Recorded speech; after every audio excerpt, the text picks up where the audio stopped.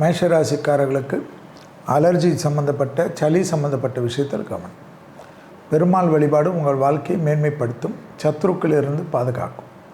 குறிப்பாக நரசிம்மர் கவசம் கேட்பது உங்களுக்கு ஆனந்தத்தை தரும். எதிரிகள் விஷயத்தில் கோபதாபம் இல்லாமல் பொறுமையாக கைப்பிடிப்பது, குறிப்பாக 12ஆம் தேதி முடிகின்ற வரையில் பொறுமை காப்பது நன்மை தரும். தொலைதூர பயணங்கள் வந்தால் எடுத்துக்கொள்ளுங்கள். புது பொறுப்புகள், புது உத்தியோகம், புது கௌரவமெல்லாம் ஏற்படக்கூடிய வாரம். அலைச்சல்கள் அதிகமாக இருந்தாலும் அதில் எல்லாவற்றிலும் வெற்றி ஏற்படும்.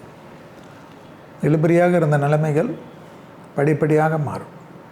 உத்தியோகத்தில் காணப்படக்கூடிய சிக்கல் கண்டிப்பாக தீர்வது ஆனந்தத்தையும் பேரானந்தத்தையும் ஏற்படுத்தி கொடுக்கும். முதலீடுகளுக்காக ரொம்ப நாட்களாக கஷ்டப்பட்டு கொண்டிருந்த மேஷராசிக்காரர்களுக்கு அதனுடைய தீர்வு ஒரு தெளிவு ஏற்றத்தை தரும். அசையாமசைய பொருள் சேர்க்கை ஆனந்தத்தை ஏற்படுத்தி தரும். பிள்ளைகளுடன் கோபதாபமோ பிள்ளைகளுடன் மனத்தாங்கலோ கூடவே கூடாது.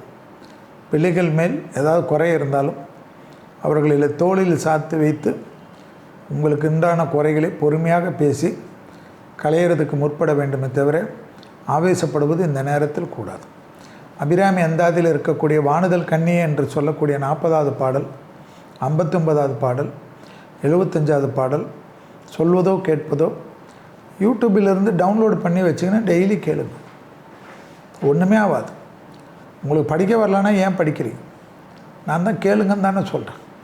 உங்களுக்கே சுலபமாக வாழைப்பழத்தை உரித்து சாப்பிட கொடுக்குறச்சா அதுக்கேற்ற மாதிரி பாருங்கள். அது ரொம்ப அற்புதத்தை தரும்.